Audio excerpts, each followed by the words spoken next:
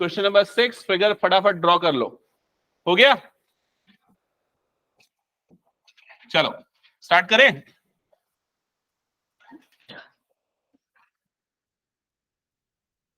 अभी धीरे धीरे पेज पलट रहे हैं, फिर उसके बाद अब ऐसा ऐसा जो लेट किया, जो टाइम पास किया ना, मैं रुकवाऊंगा उसको, बता रहा हूं मैं क्लास के बाद।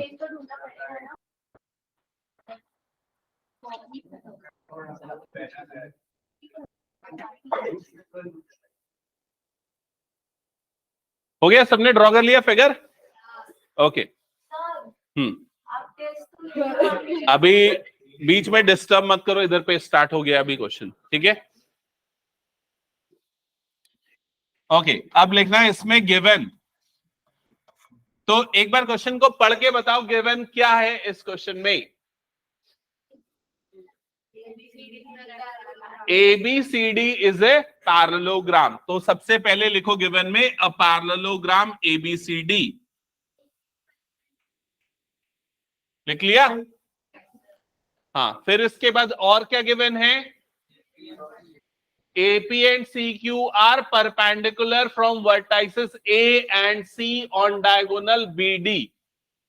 ये फिगर में दिख रहा है क्या, बताओ? A से परपेंडिकुलर बन रहा है किस पे? BD पे, और उस परपेंडिकुलर का नाम क्या है? AP। तो यहां पर हम लिखेंगे AP परपेंडिकुलर टू BD, और दूसरा परपेंडिकुलर कौन सा बन रहा है? CQ, और वो भी किसके परपेंडिकुलर है? BD के। तो CQ परपेंडिकुलर टू क्या हो गया? BD। यहां तक क्लियर सबको? और कुछ गिवन है क्या? नहीं, और कुछ तो नहीं, फिगर गिवन है। अब क्या प्रूव करना है? फर्स्ट पार्ट में देखो, triangle APB is congruent to triangle CQD। ठीक है, तो पहले ये देखो, ट्राइंगल दिख गया क्या? APB। तो APB मतलब ये वाला ट्राइंगल, और दूसरा कौन सा है? CQD। CQD मतलब ये वाला ट्राइंगल। इन दोनों ट्राइंगल्स को आपको कॉन्ग्रुएंट प्रूव करना है, ठीक है?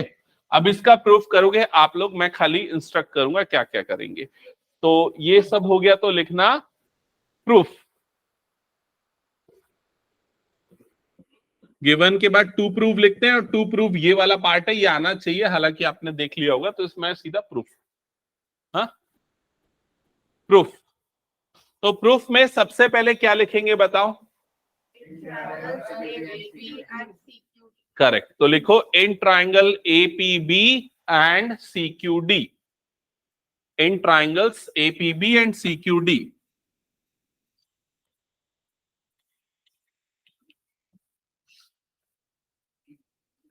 लिख लिया? हाँ, एंगल ABD होगा कि ABP होगा? आते हैं, एक मिनट उस पे। कौन से एंगल के बारे में बोल रहा है उसको डिस्कस करते हैं। लिख लिया सबने? हाँ, अभी पहले ये बताओ, ये दोनों ट्राइंगल को कॉन्ग्रुएंसी के लिए अपने को क्या क्या दिख रहा है? बताओ कौन कौन से एंगल अपने पास इक्वल है साइड? ये वाला एंगल 90 डिग्री है, और ये वाला एंगल भी कितना हो जाएगा? 90 डिग्री। अब इस एंगल का नाम क्या होगा? Angle APB। तो यहां पर लिखोगे angle APB is equal to, ये वाले एंगल का नाम क्या होगा? CQD। APB is equal to angle CQD। लिख लिया सबने? और ये क्यों 90 है? Each 90 degree. Correct, each 90 degree. हो गया सभी का यहां तक? APQ क्यों नहीं हुआ? उसका कारण है हम ट्राइंगल APB ले रहे हैं, तो APB वाला ट्राइंगल है, तो इसलिए एंगल भी APB वाला एंगल को लेना पड़ेगा, इसलिए हमने पूरा B तक लिया, ठीक है? और यहां पर CQD है, इसलिए CQD तक पूरा एंगल हमने लिया। क्लियर? हाँ, ये दोनों एंगल इक्वल। और क्या इक्वल है बताओ? कॉमन साइड है क्या दोनों की कोई सी? नहीं है। ये वाली साइड जो है ना, ये इसकी साइड ये है और इसकी साइड ये है, तो दोनों की कॉमन फुल साइड नहीं है कोई सी। समझ में आ रहा है ये चीज? ठीक है, और क्या है बताओ? AB is equal to CD। क्यों इक्वल है? अपोजिट साइड्स ऑफ पैरेललोग्राम, तो लिखो A B is equals to C D और रीजन में आएगा अपोजिट साइड्स ऑफ पैरेललोग्राम। यहां तक हो गया सभी का? ओके, नेक्स्ट और बताओ क्या है, कौन कौन से एंगल? यस, ये जो बी पे बन रहा है ये वाला एंगल और डी पे जो बन रहा है ये वाला एंगल, ये दोनों एंगल से इक्वल हो जाएंगे। रीजन है ऑल्टरनेट इंटीरियर एंगल्स। तो यहां पर हम लिखेंगे angle A B P is equals to angle C D Q और रीजन आएगा ऑल्टरनेट इंटीरियर एंगल्स। अब कौन सा रूल लग रहा है बताओ तो एक बार देख के।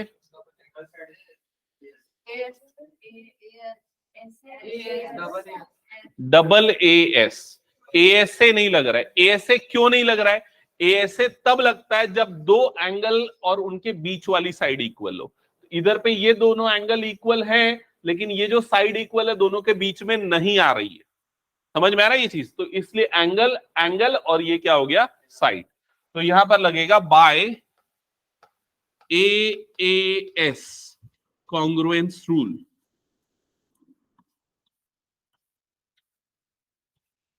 Triangle APB is congruent to triangle CQD।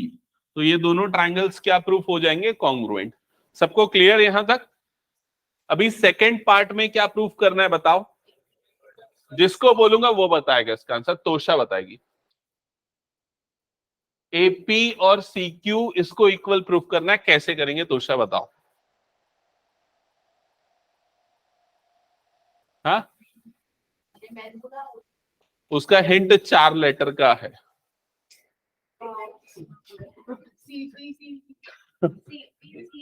Yes, so answer आ जाएगा AP is equals to CQ और रीजन आ जाएगा CP CP।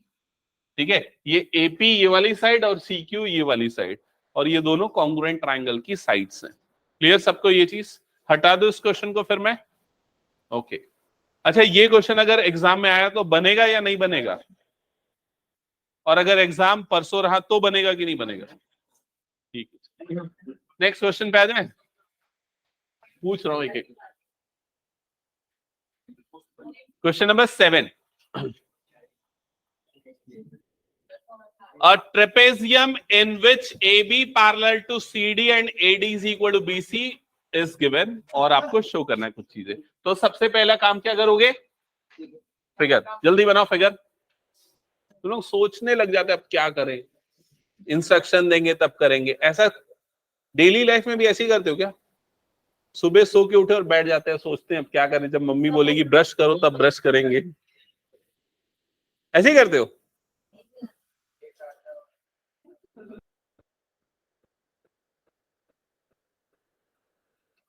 हो गया? फिगर बन गया सबका?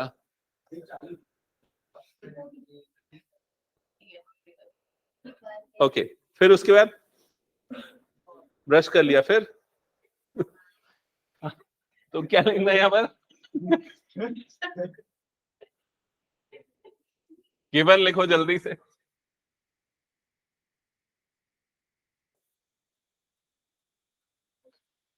नहीं आ रहा कुछ भी समझ में? आ रहा है? Sir ABCD is a trapezium. Yes, given में सबसे पहले लिखोगे ABCD इज अ ट्रेपेजियम और AB पैरेलल टू CD और ये भी लिखोगे AD is equal to BC। लिख लिया गिवन सबने? अब गिवन लिखने के बाद इसको फिगर में हाईलाइट करो, मार्क करो। तो कैसे मार्क करेंगे? AB और CD पैरेलल है तो पैरेलल के लिए इस तरह का एरो वाला सिंबल अपन यूज करते हैं। तो यहां पर एरोस बना दो। ठीक है, और कौन से साइड से इक्वल है? AB और CD। तो ये इक्वल है, तो इक्वल है तो इसके लिए हम ऐसा वाला सिंबल यूज कर लेंगे। AD और BC ये दोनों इक्वल है। हो गया यहां तक सभी का? ओके, अभी इसके बाद हमको कई सारी चीजें प्रूफ करनी, जिसमें सबसे पहला है एंगल A और एंगल B इक्वल प्रूफ करना है। देख लो बस, दिखा क्या एंगल A और एंगल B? दिख गया? फिर सेकंड क्या प्रूफ करना है?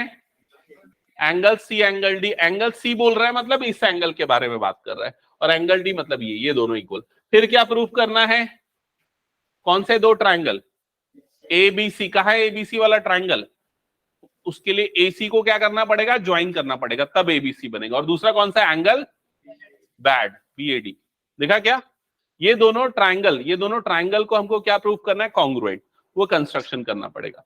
फिर डायगोनल एसी और बीडी को इक्वल, ये चार चीजें इसमें प्रूफ करनी है, और उसके लिए इसने एक हिंट दे रखा है, और हिंट ऑलरेडी उसने फिगर में ड्रॉ करके रखा है। हिंट क्या है पहले वो समझो, एक्सटेंड ए बी, तो ए बी को हमने एक्सटेंड किया, कहां तक एक्सटेंड किया है, पॉइंट ई तक, ठीक है, एक्सटेंड कर दिया, चलो ई तक नहीं, ए बी को आगे एक्सटेंड कर दिया, ओके। फिर क्या लिखा है, draw a line through C parallel to D A, तो सी से हमने एक लाइन ड्रॉ की, और वो जो लाइन बनाई वो क्या है, पैरेलल है, किसके पैरेलल है, डीए के। इसका मतलब सीई पैरेलल टू डीए, ये कंस्ट्रक्शन का पार्ट होगा, ठीक है। और इसके बाद ये जो लाइन हमने एक्सटेंड की वो कहां पर कट कर रही है, ई पे, ये पूरा कंस्ट्रक्शन में आएगा। तो गिवन टू प्रूफ के बाद अब आप लिखो कंस्ट्रक्शन, देखना कंस्ट्रक्शन, लिख लिया। कंस्ट्रक्शन में सबसे पहले लिखोगे ये वाली चीज, extend A B, extend A B, और फिर लिखोगे कंस्ट्रक्शन में draw CE parallel to AD, draw CE parallel to AD. तो हमने सीई ड्रॉ किया जो एडी के क्या है, पैरेलल है। यहां तक हो गया सभी का, ओके।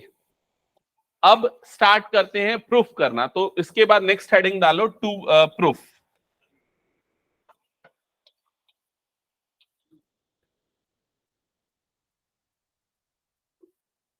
प्रूफ हो गया।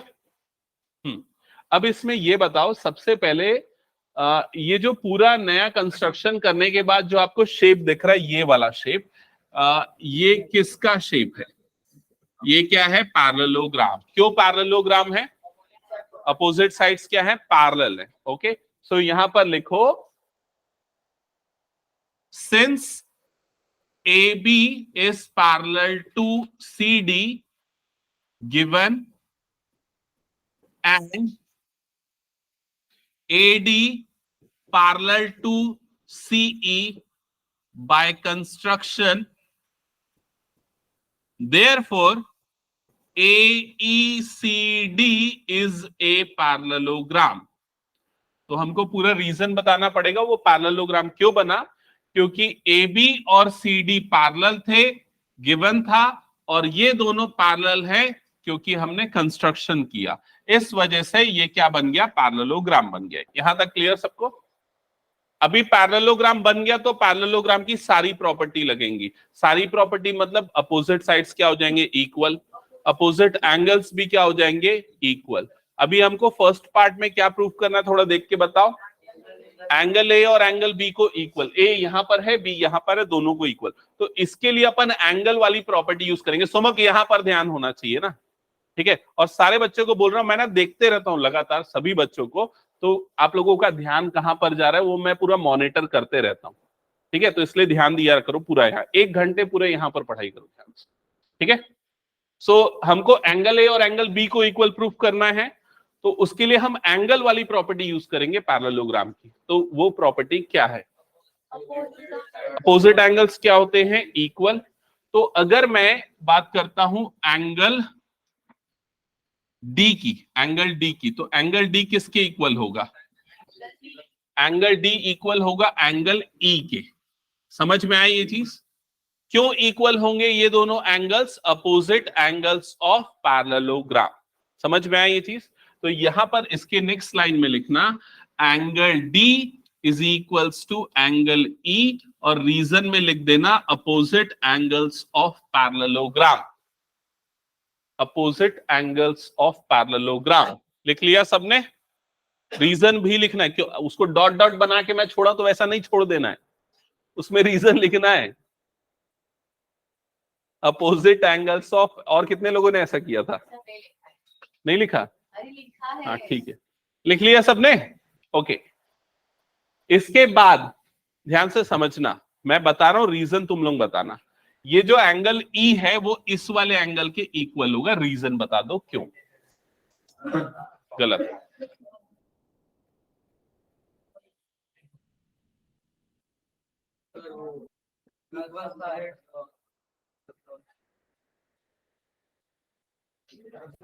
सही बताने की कोशिश कर रहा है।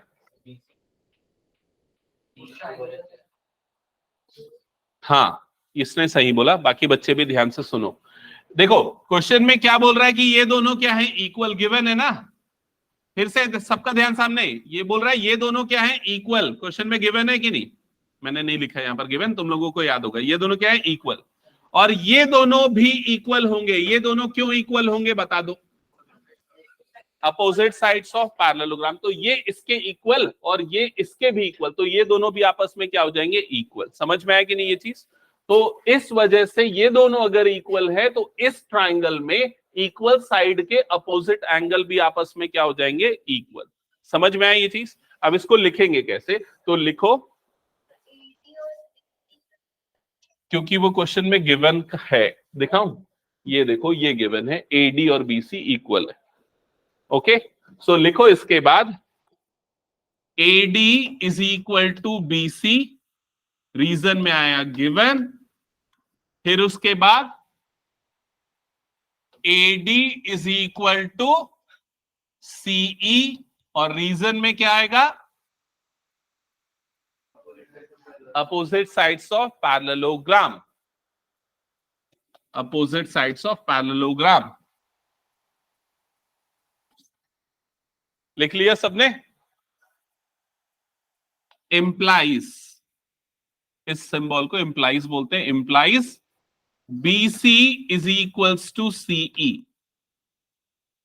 BC is equals to CE, तो BC और CE आपस में क्या हो जाएंगे, इक्वल। क्लियर यहां तक। सो इन ट्राइंगल, कौन से ट्राइंगल में है BC और CE, देख के बताओ। In triangle BCE angle CEB is equal to angle CBE। CEB और CBE ये दोनों एंगल इक्वल होंगे। फिगर में देख लो, ये दोनों एंगल ये वाले हैं, ये इक्वल है। और रीजन लिखना पड़ेगा साइड में। रीजन क्या है, angles opposite to equal sides. Angles opposite to equal sides. हो गया यहां तक सभी का। ओके,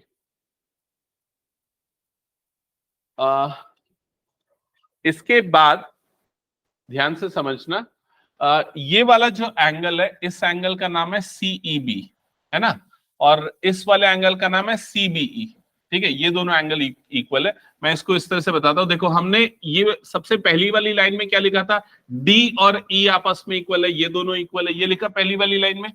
और ये जो लास्ट वाली लाइन लिखा है, यहां पर हमने क्या लिखा हुआ है कि ये दोनों आपस में क्या है, इक्वल है। समझ में आ रहा है ये चीज, ये इसका दोस्त है और ये इसका दोस्त है, तो ये दोनों भी आपस में क्या हो जाएंगे, दोस्त। इस टाइप की सिचुएशन है। अब उसको लिखे कैसे, तो उसको लिखने के लिए इसको 1 लिख दो और इसको क्या लिख दो, 2, और लिखोगे by equation 1 and 2। By equation 1 and 2 कौन से दो साइड्स आपस में इक्वल हो जाएंगे, कौन से दो एंगल्स आपस में इक्वल हो जाएंगे, एंगल D इक्वल हो जाएगा किस एंगल के, एंगल CBE के, एंगल CBE के। सिर्फ एंगल B लिखूंगा तो वो कॉन्ट्राडिक्टरी हो जाएगा। एंगल B मतलब इधर वाले को बोल रहा है कि इधर वाले को, इसलिए पूरा नाम लिखना जरूरी है इसका। ठीक है, यहां तक क्लियर सबको। ओके, तो अभी अपन ने ये बताया कि ये दोनों एंगल्स इक्वल है। अब ये दोनों इक्वल है तो दोनों को हम अज्यूम कर लेते हैं, x ले लेते हैं, मान लेते हैं, ताकि कैलकुलेशन इजी हो जाए। तो अगर ये वाला x है तो ये वाला एंगल भी कितना हो जाएगा, x हो जाएगा। ओके, यहां तक हो गया सभी का। अभी इसके बाद ध्यान से समझना, angle A plus angle D कितना होगा, देख के बताओ। फिगर को देखो और बताओ, एंगल A और एंगल D। एंगल ए और एंगल डी होगा 180 डिग्री, और रीजन क्या है इसका? को इंटीरियर एंगल्स, क्योंकि देखो ये दोनों क्या है? पैरेलल। ये क्या हो गया? ट्रांसवर्सल। तो ये दोनों एंगल का जो सम होगा वो कितना आएगा? 180 डिग्री, और रीजन है इसका को इंटीरियर एंगल। तो यहां पर लिख दिया सबने को इंटीरियर एंगल्स, इसलिए दोनों का सम 180। और एंगल डी को अपन ने यहां पर क्या ले रखा है? देखो ऊपर वाली लाइन में क्या ले रखा है? एक्स। तो एंगल डी की जगह पे कितना आ जाएगा? एक्स इज इक्वल्स टू कितना हो गया ये? 180।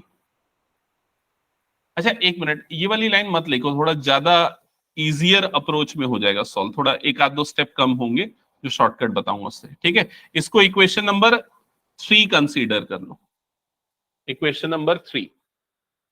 ओके,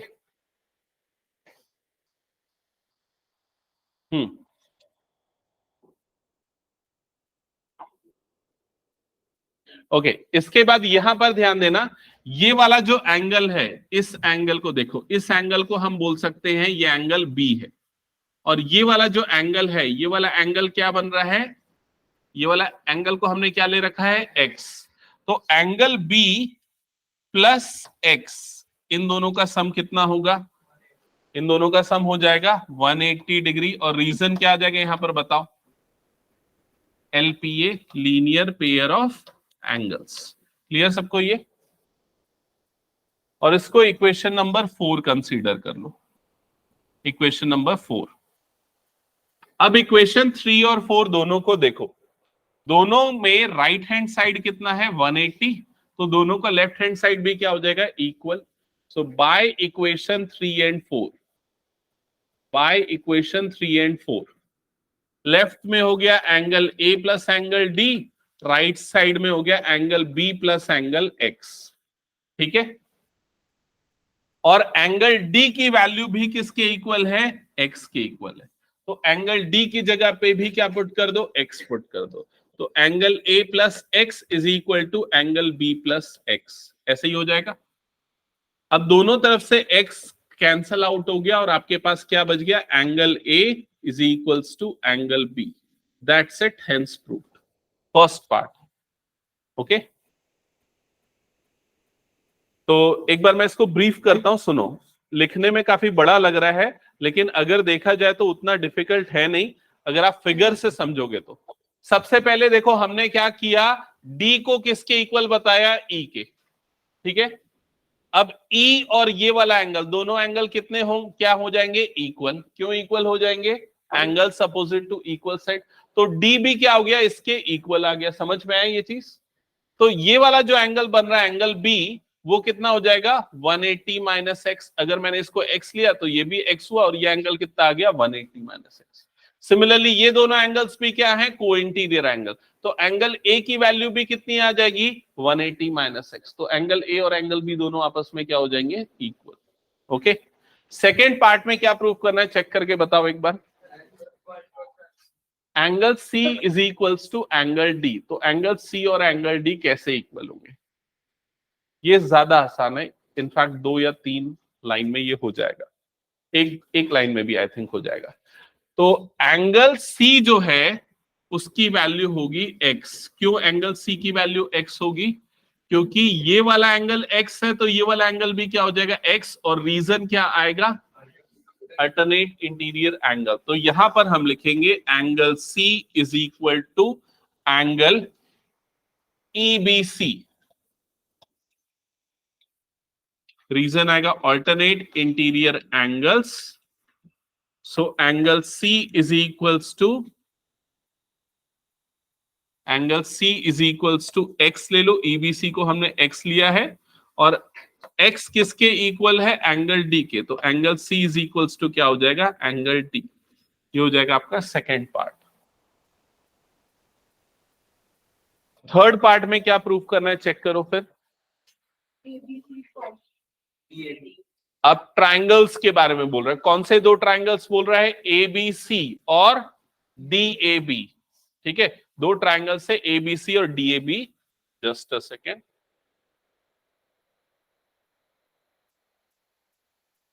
ओके, हाँ, सो इसके बाद आपको प्रूव करना है कि ट्रायंगल एबीसी और डीएबी ये दोनों कॉन्ग्रुएंट है। तो पहले वो ट्रायंगल्स कहां पर है वो देखो।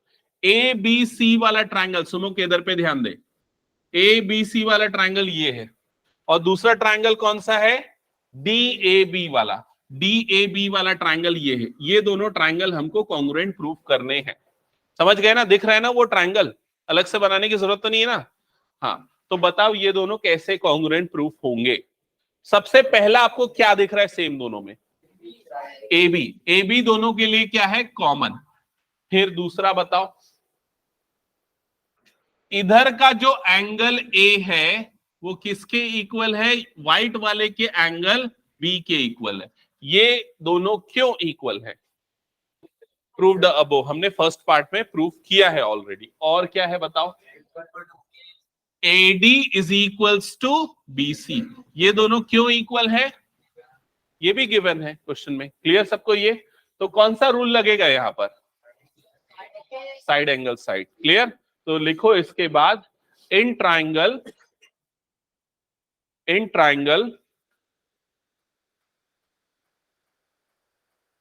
इधर पे ध्यान से पहले ये एक काम करो, ये फिगर अलग से बना लो, क्योंकि वो कंफ्यूज हो जाओगे, समझ में नहीं आएगा।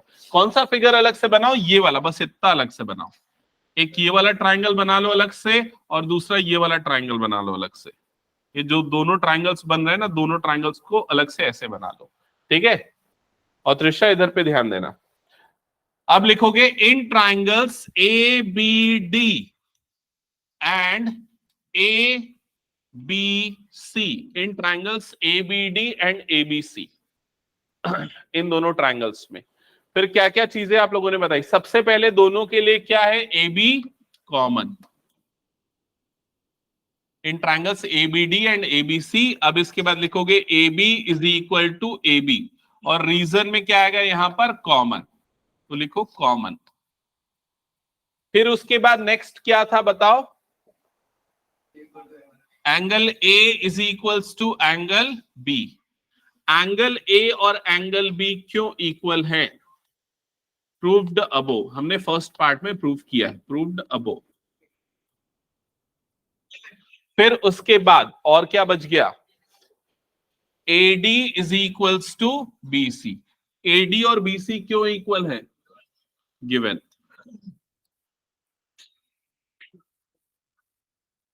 और फिर लिखोगे बाय SAS कॉन्ग्रुएंस रूल, फिर बाकी लिख लोगे ना पूरा, और लास्ट पार्ट भी करना प्रूफ।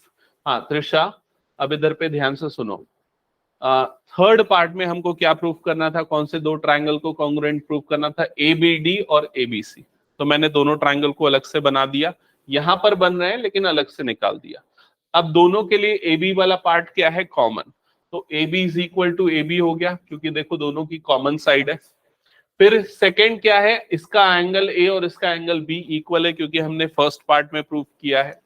और लास्टली ये AD और ये BC इक्वल है, क्योंकि वो क्वेश्चन में गिवन था, जो मैंने बताया था तुमको थोड़ी देर पहले, यहां पर याद होगा AD और BC आपस में क्या है, इक्वल, इसलिए थर्ड साइड भी क्या हो गई, इक्वल। तो कौन सा रूल लगा यहाँ पर, साइड एंगल साइड, तो ऐसे ऐसे ये कॉन्ग्रुएंट हो गया यहां तक सबका।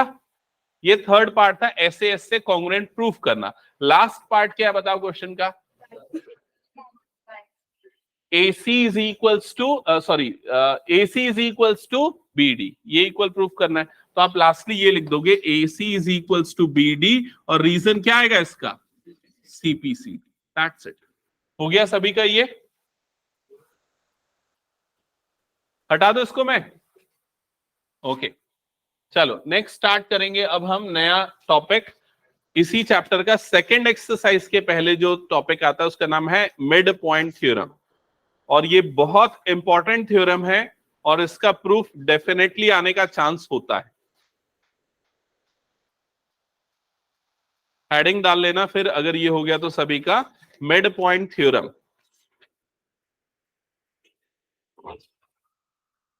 हटा दो क्या ये,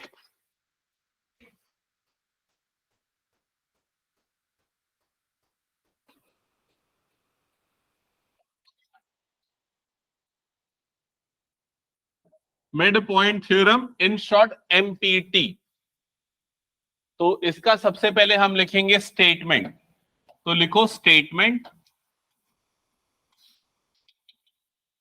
स्टेटमेंट है the line segment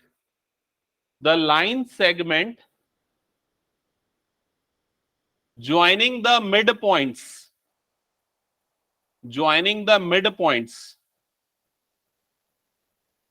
the line segment joining the midpoints of two sides of a triangle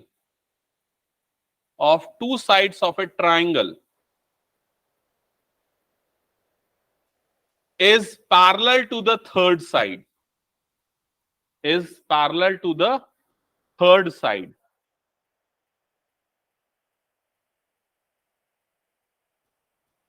ठीक है। इसमें एक और चीज, वैसे बुक में थ्योरम की स्टेटमेंट यहीं तक है, लेकिन एक और पार्ट इसका जो यूज होता है वो भी इसमें ऐड करवा रहा हूं मैं। लास्ट में क्या लिखा, is parallel to the third side, उसके बाद लिखो and half of it,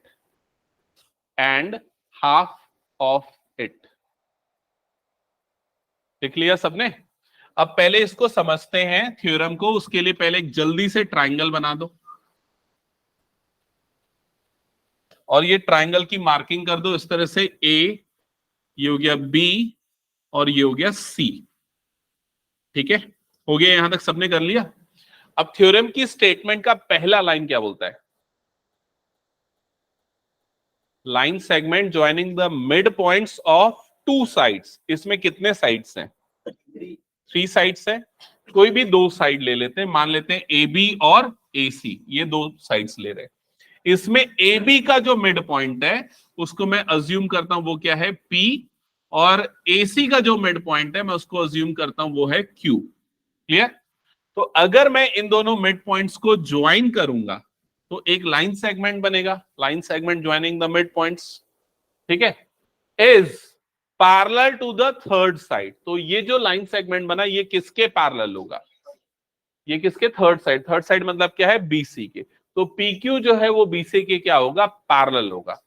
and half of it का मतलब क्या है, BC का वो क्या होगा, हाफ होगा। अगर BC 10 है तो PQ की वैल्यू कितनी हो जाएगी, 5।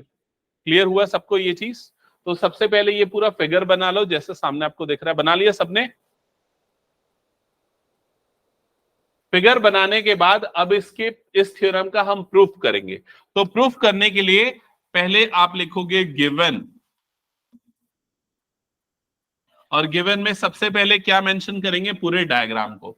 डायग्राम में हमने लिया है एक ट्राइंगल एबीसी, एक ट्राइंगल लिया है जो है एबीसी, और इस ट्राइंगल एबीसी में जो पॉइंट P है वो क्या है, मिड पॉइंट ऑफ AB, और Q AC का है। सच दैट, इसके बाद लिखना such that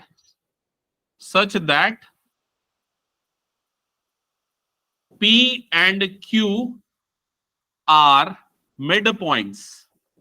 P and Q are midpoints of AB and AC respectively. P और Q मिड पॉइंट्स है AB और AC के, ये हमने डिस्क्राइब किया। क्लियर यहां तक सबको। अब इस थ्योरम में क्या प्रूफ करना है या क्या कंक्लूड करना है, तो टू प्रूफ।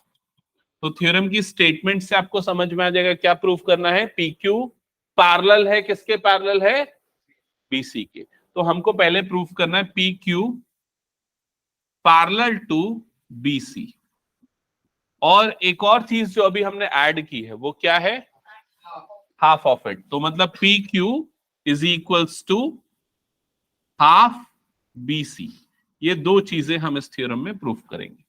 ओके, स्टार्ट करें प्रूफ करना। सो प्रूफ करने के लिए सबसे पहले इसमें एक कंस्ट्रक्शन आएगा, तो यहां पर लिखना construction.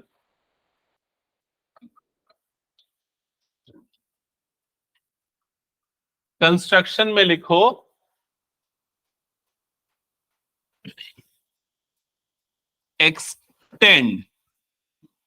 extend PQ and draw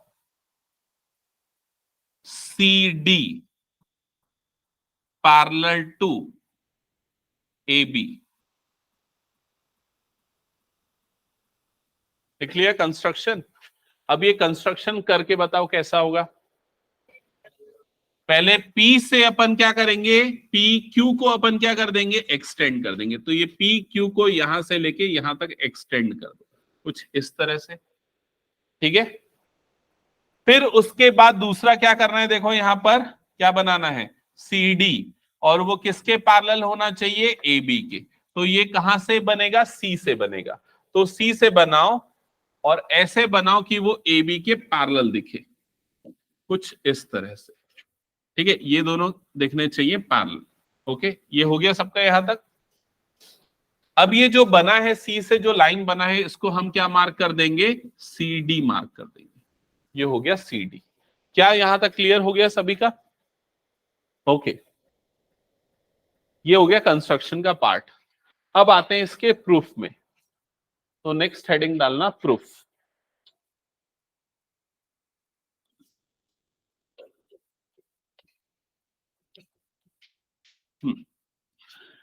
देखो, प्रूफ में हम सिर्फ एक काम करेंगे और वो ये है, हम ये प्रूफ करेंगे कि ये जो PDCB जो आपको दिख रहा है वो एक पैरेललोग्राम है। हमको बस ये प्रूफ करना है। अगर ये PDCB पैरेललोग्राम प्रूफ हो गया तो ये प्रूफ हो जाएगा कि PQ और BC दोनों आपस में क्या है, पैरेलल। क्लियर ये चीज? तो पैरेललोग्राम प्रूफ करने के लिए हमारे पास क्या क्या कंडीशंस हैं, जो हमने पहले 7 जो थ्योरम पढ़े थे उसमें थ्योरम 1 तो पैरेललोग्राम है तो क्या होगा, थ्योरम 2 क्या बोलता है, पैरेललोग्राम है तो अपोजिट साइड्स क्या होंगे, इक्वल। और उसके बाद अगला थ्योरम क्या बोलता है, अगर अपोजिट साइड्स इक्वल हैं तो वो क्या हो जाएगा, पैरेललोग्राम। ऐसे टोटल थ्योरम थे, जिसमें आई थिंक थ्योरम नंबर 5 क्या था, थ्योरम नंबर 5 ये बोलता है अगर किसी भी क्वाड्रिलेटरल में अपोजिट एंगल्स इक्वल होते हैं तो वो क्वाड्रिलेटरल कैसा होता है, पैरेललोग्राम होता है। तो यहां पर अपने को क्या प्रूव करना है कि इसके अपोजिट एंगल्स कैसे हैं, आपस में इक्वल। क्लियर हुआ ये चीज? ठीक है, तो अपोजिट एंगल्स कैसे इक्वल है प्रूव करेंगे, उसके लिए ध्यान से देखना। सबसे पहले तो अपोजिट एंगल्स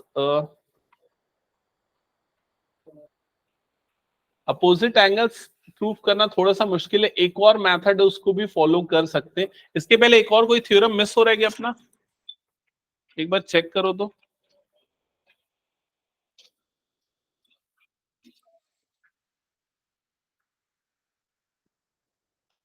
8.8 तो यही है ना? हाँ, ट्रायंगल APQ और CDQ को पैरेलल कॉन्ग्रुएंट कर दे तो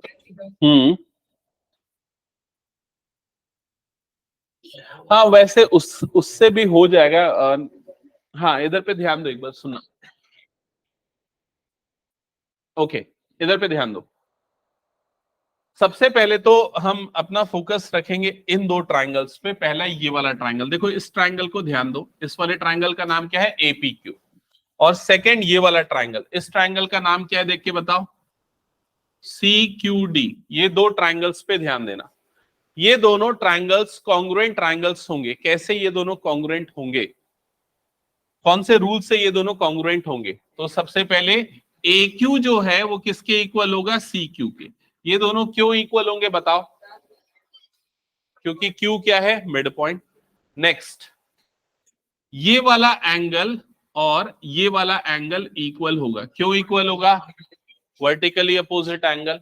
नेक्स्ट, ये वाला एंगल और ये वाला एंगल इक्वल होगा क्योंकि ये दोनों पैरेलल है। तो ये कैसे बन रहे हैं, ऑल्टरनेट इंटीरियर एंगल। तो कौन से रूल से ये दोनों ट्राइंगल कॉन्ग्रुएंट हो गए, AS से, कॉन्ग्रुएंस रूल से। तो पहले इसको कॉन्ग्रुएंट प्रूफ कर लेते हैं। लिखो, इन triangles APQ, in triangles APQ and CDQ, APQ and CDQ। फिर क्या क्या बताया, देखो सबसे पहले ये दोनों एंगल को लिखो ना। इस एंगल का नाम क्या है, AQP। तो लिखो angle AQP is equal to angle CQD, angle AQP is equal to angle CQD। Okay, हो गया। रीजन में क्या आएगा?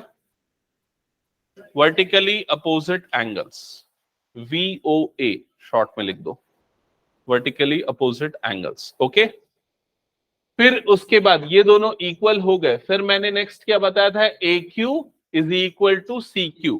तो नेक्स्ट लाइन में लिखो AQ is equals to CQ। और ये दोनों क्यों इक्वल होंगे?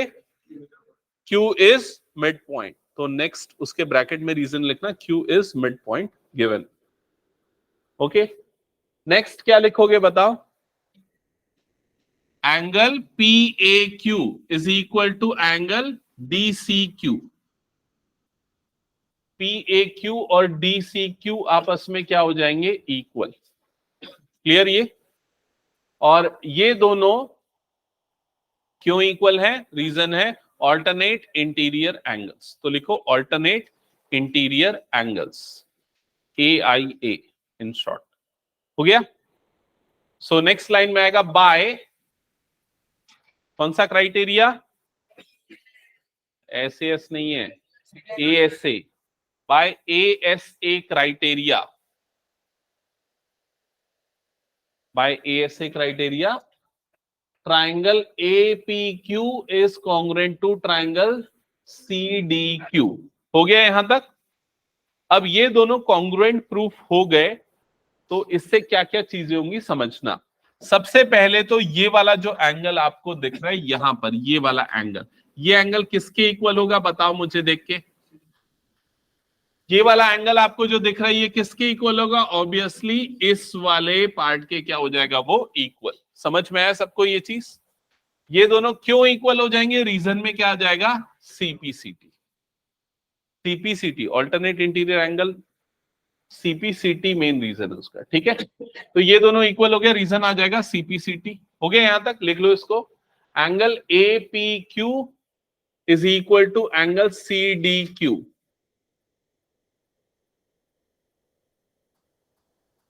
ठीक है, हाँ, Q is equal to angle CDQ और रीजन में आएगा CPCT। हो गया? अब ये दोनों एंगल्स इक्वल हो गए, और ये वाला एंगल देखो किसके इक्वल है? ये वाले एंगल के इक्वल है। तो यहां पर क्या लिखोगे? Angle APQ is equal to angle PBC। अच्छा, ये दोनों एंगल क्यों इक्वल है ये बता दो, करस्पॉन्डिंग एंगल। तो यहां पर क्या लिखोगे? Angle APQ is equal to angle PBC।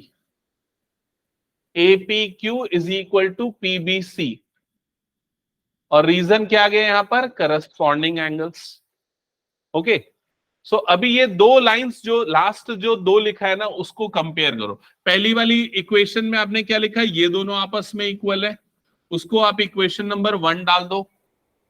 First equation में लिखा ना, ये एंगल और ये एंगल CDQ और APQ इक्वल है, तो उसको 1 डाल दो।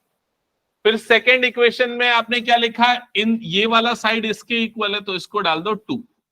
तो 1 और 2 से आपको क्या मिलेगा कि ये वाला पार्ट किसके इक्वल हो जाएगा? ये वाले पार्ट के इक्वल हो जाएगा। क्लियर ये चीज? सो लिखो by equation 1 and 2।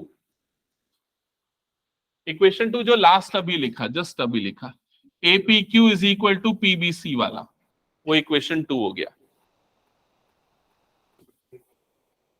So by 1 and 2, by 1 and 2 आपको क्या मिल जाएगा? Angle PBC is equals to angle CDQ। तो ये दोनों एंगल्स आपस में क्या हो जाएंगे? इक्वल। हो गया यहां तक? अब देखो यहां पर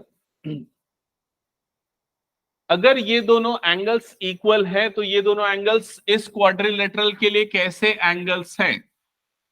इस क्वाड्रिलेटरल के लिए कैसे एंगल्स हैं? Opposite angle. और अपोजिट एंगल आपको क्या मिल रहा है? इक्वल। और अपोजिट एंगल अगर इक्वल होते हैं तो वो क्वाड्रिलेटरल क्या होता है? पैरेललोग्राम।